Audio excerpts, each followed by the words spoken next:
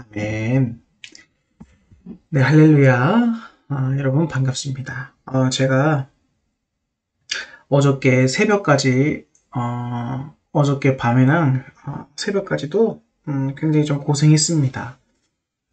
열이 막 39.2도 막 이렇게 올라가는데 아무리 약을 먹어도 안 떨어져요. 그래서 교차 복용을 하고 막 하더라도 열이 안 떨어지는 겁니다. 그래서 어저께 밤이죠. 어저께 밤에 이제 하도 몸이 이상해서 저기 여기 인천 성모병원에 응급실에 갔습니다. 근데 요즘에 의료 대란이잖아요. 의사들도 없고 제대로 치료받을 수도 없고 더구나 중요한 건 약도 없습니다. 근데 가서 특별히 한 것도 없어요. 뭐 독감 검사하고 진찰 잠깐 보고 그리고 왔는데 세상에 13만 원이 들었어요. 네. 어쨌든 가서 그리고 진찰 받고 있는 가운데 약 기운이 그제서야 조금 돌았는지 열이 조금씩 이제 땀이 막 나면서 열이 조금씩 떨어지기 시작했습니다. 그래서 괜찮은 것 같다가 오늘 새벽에 또 막 열이 38.5도 막 이렇게 올라가는 거예요. 그래서 몸이 아무래도 너무 힘들어서 도저히 오늘은 강당에 못 설 것 같다. 그래서 온라인 예배로 좀 대체를 했습니다. 제가 살다가 이렇게 힘들어가지고 주일날 온라인 예배로 드리는 거는 처음인 것 같네요. 근데 어쨌든 이것도 하나님의 은혜라고 생각을 하고 여러분들과 이렇게 온라인상에서도 함께 만날 수 있어서 얼마나 감사한지 모릅니다. 오늘은 본문의 말씀을 통해서 모든 것 위에 사랑을 더해야 합니다. 라는 제목으로 말씀을 올려드리겠습니다. 고린도 교회는 바울이 이제 2차 전도 여행 가운데 1년 6개월간 머물면서 복음을 전하고 거기서 교회가 세워지게 됩니다. 고린도에서 전도하면서 브루스길라와 아골라 부부도 만나게 됐죠.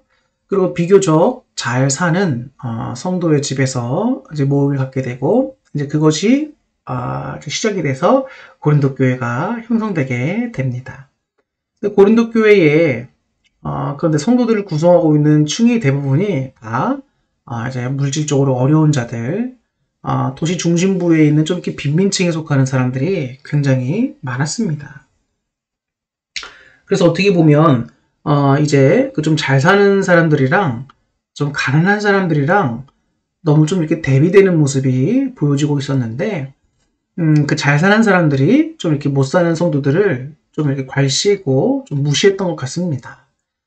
그래서 성만찬을 집행하고 있으면 성만찬이랑 같이 음식을 나눠 먹으면서 그리스도의 그 몸과 피에 동참하고 그리스도의 사랑을 또 기념하며 또 함께 나누는 것 아닙니까?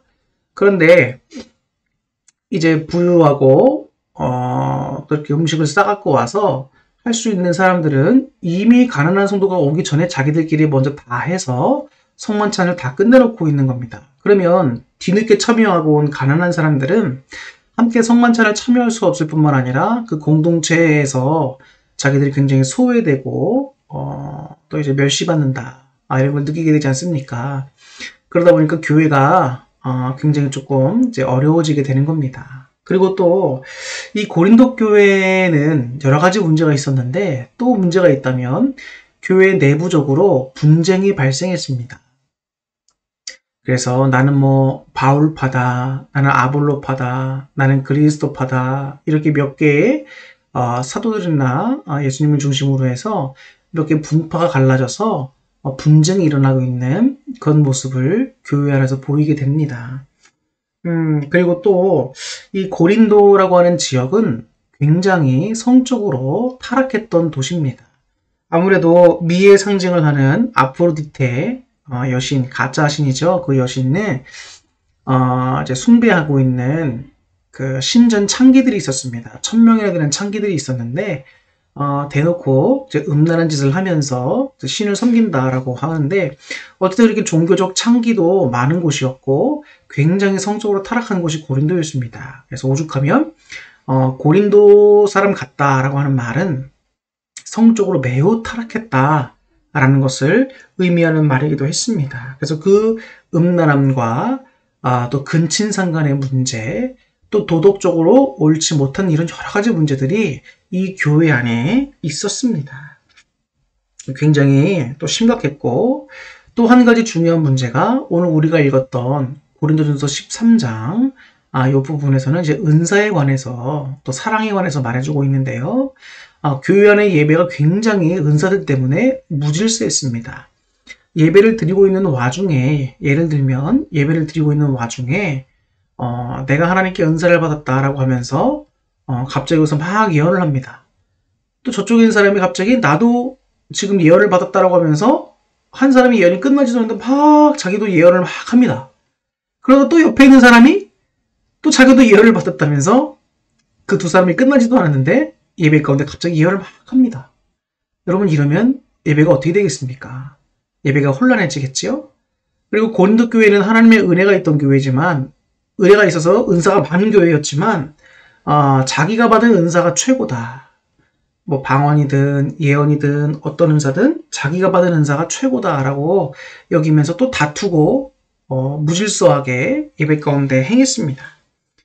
그러니까 하나님의 은혜를 많이 받은, 은사도 많이 받은 그런 고린도 교회였지만 이제 성숙면에서 본다면 영적으로 매우 미성숙한 그런 교회였고, 온갖 세상적인 더러움이나 방법들이 교회 안에 많이 침투해 들어와 있었다는 것도 알 수 있습니다.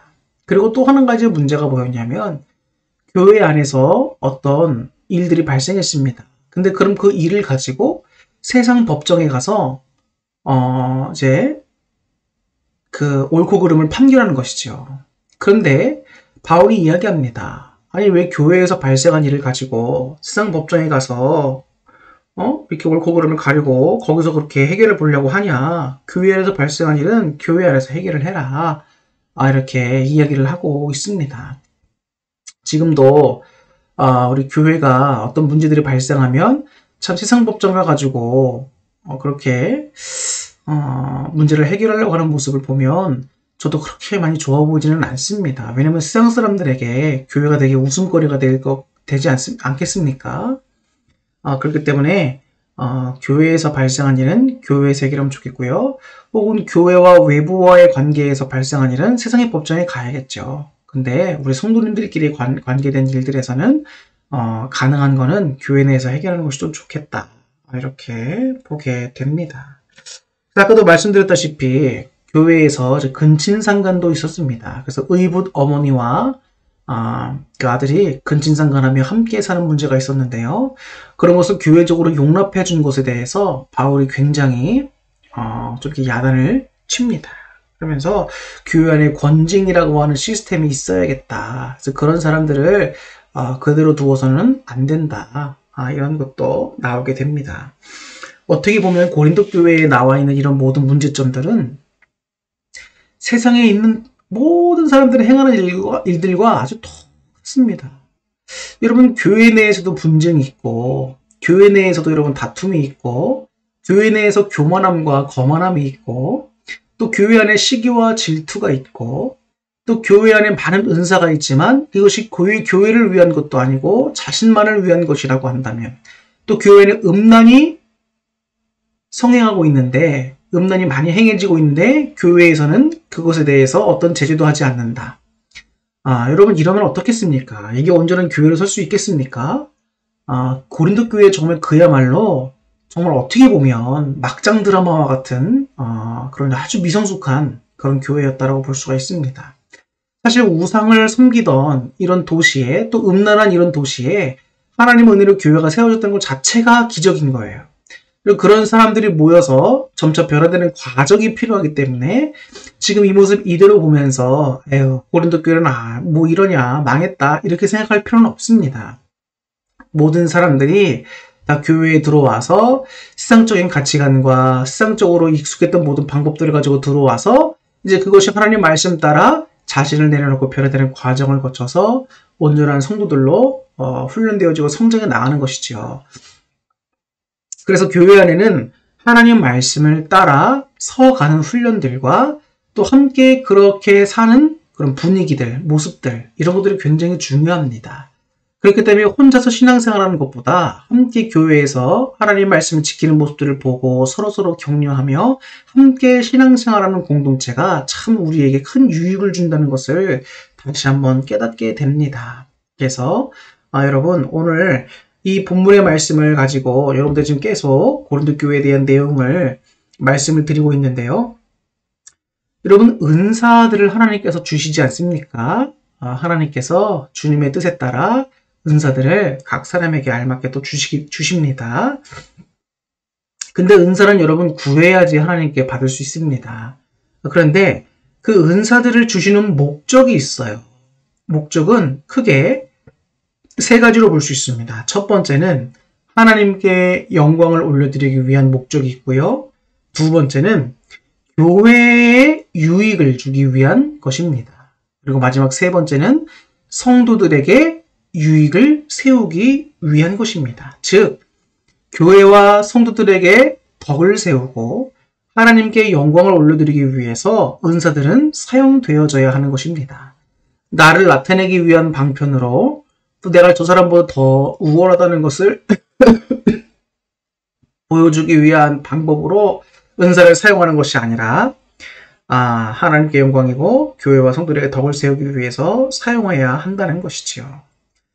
자, 그리고 이런 은사와 사랑장으로 유명한 13장의 맨 마지막 말씀을 보면 오늘 우리가 읽은 말씀이죠. 믿음, 소망, 사랑 이 세 가지는 항상 있을 것인데 그 중에 제일 뭐다? 사랑이다라는 것입니다. 자, 우리가 읽지는 않았지만 오늘 13절 말씀 윗부분을 보면 자, 8절부터 쭉 보면 거기에 무슨 말씀이 나와 있냐면 하나님께 주시는 여러 가지 은사에 대해서 나오는데 그 은사들은 전부 다 불완전하고 한계를 갖고 있다. 왜냐하면 예언을 하더라도 그 예언은 부분적으로 하는 것이고 부분적으로 하는 것이지만 예수님께서 이 땅에 오신다면 그 예언은 다 폐해질 거라는 것이죠. 그러나 믿음, 소망, 사랑 이 세 가지는 영원하다는 겁니다. 영원성을 갖고 있다. 그렇기 때문에 이 은사들보다 우리가 더 좀 이렇게 기본적인 거지만 굉장히 중심에 둬야 될 것이 뭐냐? 바로 믿음, 소망, 사랑이라는 것이에요. 자, 믿음, 소망, 사랑. 자, 믿음도 뭐에 대한 믿음인가가 중요하죠. 여러분 우리는 예수 그리스도를 믿는 믿음입니다. 그렇기 때문에 어떤 믿음이다? 그리스도에 대한 믿음. 그리고 어떤 소망입니까? 우리의 참된 소망이 되시는 유일한 예수 그리스도. 그래서 예수 그리스도에 대한 소망을 가지고 있어야 되고요. 또 영원한 것이 뭐가 있어야 됩니까? 바로 예수 그리스도를 향한 사랑입니다. 그래서 이 예수님을 향한 믿음, 소망, 사랑 이 세 가지는 영원하다는 거예요. 영원성을 갖고 있다는 겁니다. 근데 그러면서도 바울이 뭐라고 이야기하고 있습니까? 그 중에 제일은 뭐다? 바로 사랑이다 라고 하는 것입니다. 그래서 1절부터 쭉 보면 사랑은 이렇게 저렇게 다 말씀들이 나오고 있습니다. 자, 그래서 우리 13장 1절부터 우리가 한번 잠깐 보면 사랑은 뭡니까? 자, 내가 사람의 방언과 천사의 말을 할지라도 사랑이 없으면 소리나는 구리와 울리는 꽹과리가 되고 내가 예언하는 능력이 있어 모든 비밀과 모든 지식을 알고 또 산을 옮길 만한 모든 믿음이 있을지라도 사랑이 없으면 내가 아무것도 아니요. 내가 내게 있는 모든 것으로 구제하고 또 내 몸을 불사르게 내줄지라도 사랑이 없으면 내게 아무 유익이 없느니라. 사랑은 오래 참고 사랑은 온유하며 시기하지 아니하며 사랑은 자랑하지 아니하며 교만하지 아니하며 무례히 행하지 아니하며 자기의 유익을 구하지 아니하며 성내지 아니하며 악한 것을 생각하지 아니하며 불의를 기뻐하지 아니하며 진리와 함께 기뻐하고 모든 것을 참으며 모든 것을 믿으며 모든 것을 견디느니라. 사랑은 언제까지나 떨어지지 아니하되 예언도 패하고 방언도 그치고 지식도 패하리라. 아멘. 네, 사랑이 모든 것 위에 사랑이 더해져야 한다는 것을 우리에게 알려주는 귀한 말씀입니다. 교회 안의 분쟁도 왜 일어나게 되죠? 그리스도 안에 있는 그 사랑이 서로에게 없기 때문에 분쟁이 발생할 수 있습니다. 예수님 안에서 우리가 정말 한 몸이 된 지체고 한 가족이라는 것을 안다면, 여러분 서로 사랑한다면 교회 안에 분쟁이 있겠습니까? 분쟁은 없어져야 하는 것이 맞는 겁니다. 그리스도를 잘 따르는 사람들이 중심이 돼서 하나님의 사랑을 잘 실천할 때에 분쟁이 사라지게 되고요. 음란함이 사라지게 되고요. 하나님의 말씀을 따라 거룩하고 성별된 삶을 살아가게 되는 일들이 발생하게 됩니다. 그렇기 때문에 우리 안에 주를 향한 사랑이 있는가? 우리 성도들을 향한, 우리 목사님을 향한, 사모님을 향한 사랑이 우리 안에 있는가?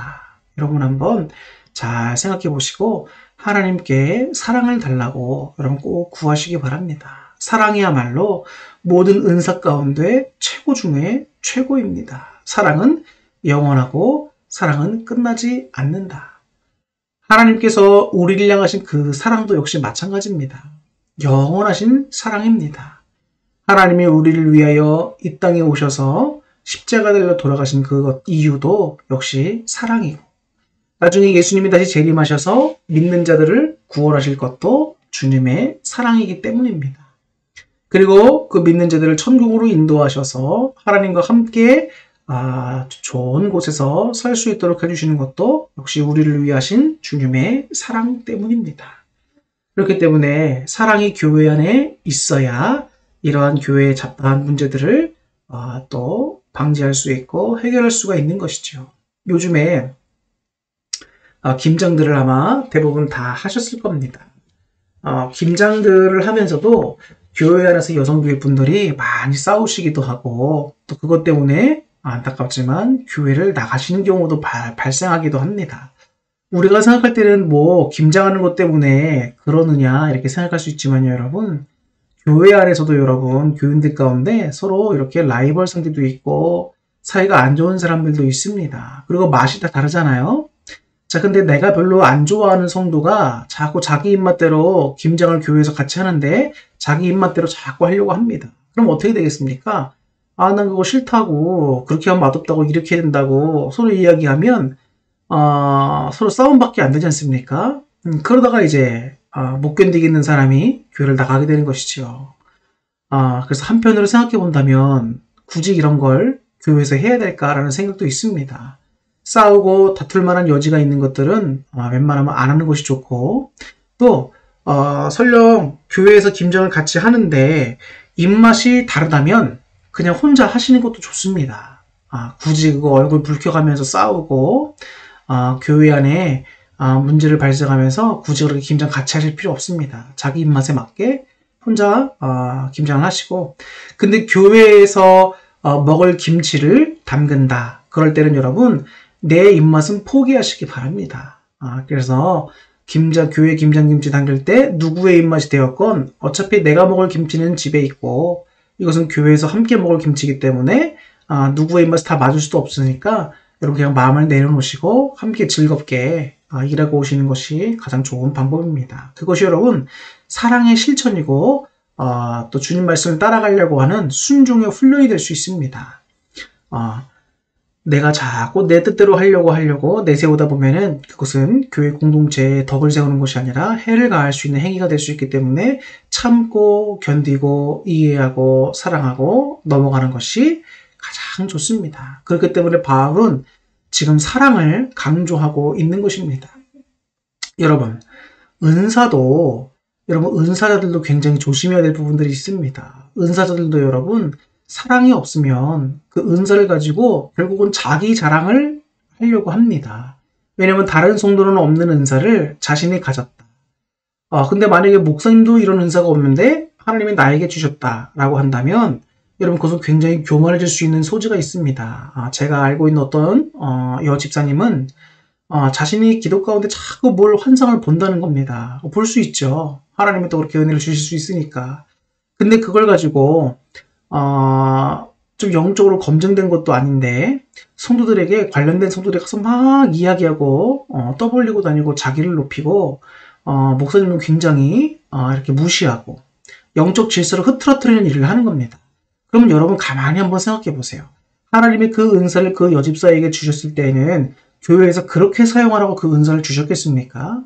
아닌 것이죠. 아까도 말씀드렸죠. 교회 안에 은사는 하나님을 왜 주신다? 하나님의 영광을 위해서, 그리고 교회와 성도들의 이익과 덕을 세우기 위해서 주셨다. 근데 여러분들이 행하고 있는 그 은사에 대한 모습들을 가만히 보고 있으면 과연 내가 그 목적에 맞게 사용하고 있는 건가? 아니면 이 교회에서 내가 인정받고 내가 높아지기 위해서, 사람들에게 칭찬받기 위해서 이렇게 쓰고 있는 것인가? 여러분 한번 잘 살펴보세요. 그리고 어떤 분들은 이제 그 받은 은사가 참 귀한 은사를 받았는데 이걸 가지고 돈벌이로 활용하시는 분들이 있습니다. 여러분 이거 굉장히 문제예요. 그래서 타락하고 여러 가지 문제들을 발생시켜서 하나님의 영광을 가리고 교회에 문제가 발생하는 경우도 많이 있습니다. 은사를 받았다라고 하는 것 여러분 꼭 기억하시고, 그리고 특별히 교회에는 영적인 질서가 있습니다. 절대 넘지 말아야 될 선이 있는데 여러분, 목회자와 사모를 여러분 함부로 대하시면 안 됩니다. 왜냐하면 제가 저를 변호하는 것이 아니고 하나님이 분명히 세워주신 영적인 질서가 있고, 주의 종들은 여러분 아무나 세워지는 게 아닙니다. 하나님의 거룩하신 뜻과 미리 예비하신 계획 가운데 하나님께서 그 사람들을 부르셔서 훈련시키시고 쓰고 계시는 거예요. 근데 만약에 여러분들이 주의 종을 무시한다? 혹은 주의 종을 여러분을 가볍게 여긴다? 주의 종을 혹은 뒤에서 수근수근하고 욕하고 막 그런다? 그럼 여러분 그거 하나님이 절대로 여러분 그냥 안 넘어가십니다. 반드시 여러분 회개하고 넘어가셔야 될 부분이에요. 여러분들에게 주어질 복들이 그것 때문에 막혀서 못 올 수가 있습니다. 하나님께서는 주의 종들을 반드시 지키십니다. 그렇기 때문에 여러분 복 받고 싶으시고 잘 되고 싶으시다면, 하나님께 기쁨이 되고 싶다면 목회자와 사모님을 여러분 귀히 여겨주세요. 그리고 교회 안의 질서를 절대 흐트러뜨리지 마시기 바랍니다. 여러분이 교회의 담임이 아닙니다. 목사가 담임 목사예요. 그렇기 때문에 담임 목사의 말을 여러분들이 잘 또 들어주셔야 됩니다. 왜냐하면 그 교회를 치리하기 위해서 또 성도들을 양육하기 위해서 그 담임 목사를 세우셨기 때문이라는 거예요. 그렇기 때문에 목회자는 성도들을 대할 때도 사랑으로, 또 성도님들은 은사를 사용하고 목회자를 대할 때도 사랑으로, 모든 것 위에 사랑을 더해야 온전한 교회의 모습을 이루게 되는 것입니다. 저는 가끔 유튜브를 보기도 하고 또 여러 교회의 소식들을 듣기도 합니다. 근데 저는 참 안타까운 게 뭐냐면 우리 믿는 사람들끼리 너무 서로를 비판하고 막 그럽니다. 물론 정말 잘못된 부분도 있고 합니다. 그러나 차라리 비판하지 말고 그냥 아무 말 안 했으면 좋겠어요. 차라리 네가 잘못했다 막 비판하고, 또 서로가 나를 잘못한 게 없다 자신을 변호하고, 이런 건 여러분 세상의 모든 사람들이 보는 유튜브에 올리거나 그러면 어떡합니까? 그러면 이게 정말 하나님께 영광이 되고 여러분 교회에 덕이 세워지겠습니까? 목사님 무슨 말씀이십니까? 잘못한 건 끄집어내서 들춰내고 도려내야지요. 예, 그것도 맞는 말입니다. 그러나 그렇게 행하기에 앞서서 그냥 그들을 위해 중보기도 해주세요, 여러분. 여러분들이 그렇게 막 목소리를 내고 막 날선 비판을 한다고 해서 달라지지 않습니다. 하나님께 맡기세요, 여러분. 하나님께. 제발. 그리고 공개적인 석상에서 교회에 대해서 이렇쿵, 목사님에 대해서 이렇쿵, 성도들 이렇쿵 저렇쿵 말씀하시지 마시기 바랍니다. 정말 여러분 그거는 제 살 깎아먹기예요. 절대 그러지 마세요. 그리고 얼마 전에도 여의도 광장에 모여서 포괄적 차별금지법을 이제 반대하는 그런 집회가 초급파적으로 이제 열렸습니다. 뉴스에는 일부러 잘 안 다루더라고요. 그래서 좀 안타까운 것도 있었지만 의미는 참 좋습니다. 근데 저는 한편으로 생각해 볼 때는 그 연합 집회 가운데 과연 사랑이 있었는가라고 하는 생각이 들었습니다. 사랑이 있었는가 그 연합 집회에. 제가 포괄적 차별금지법 저도 반대하고 동성애 반대합니다. 그런데 그 집회의 목적은 결국에는 여러분 사랑이 되어야 될 텐데 그냥 서로 간에 잘못된 것만 지적하면서 사랑이 빠진 그런 집회는 아니었는가 한편으로 생각해 보기도 하고, 우리 기독교가 가고 있는 지금 방향이 어떤 방향인가 다시 한번 돌아보게 됩니다. 교회마다 사랑이 없다고 하는데 여러분 사랑이 없다라고 하는 말은 그 사랑이 없다는 말을 하는 사람의 마음도 사랑이 없는 거예요. 그런데 우리가 또 한번 돌아보게 만드는 말이기도 합니다. 그래서 우리 안에 정말 구해야 할 것, 이 사랑의 은사를 구해야 될 텐데 여러분, 사랑의 은사는 솔직히 여러분 잘 안 구하시잖아요.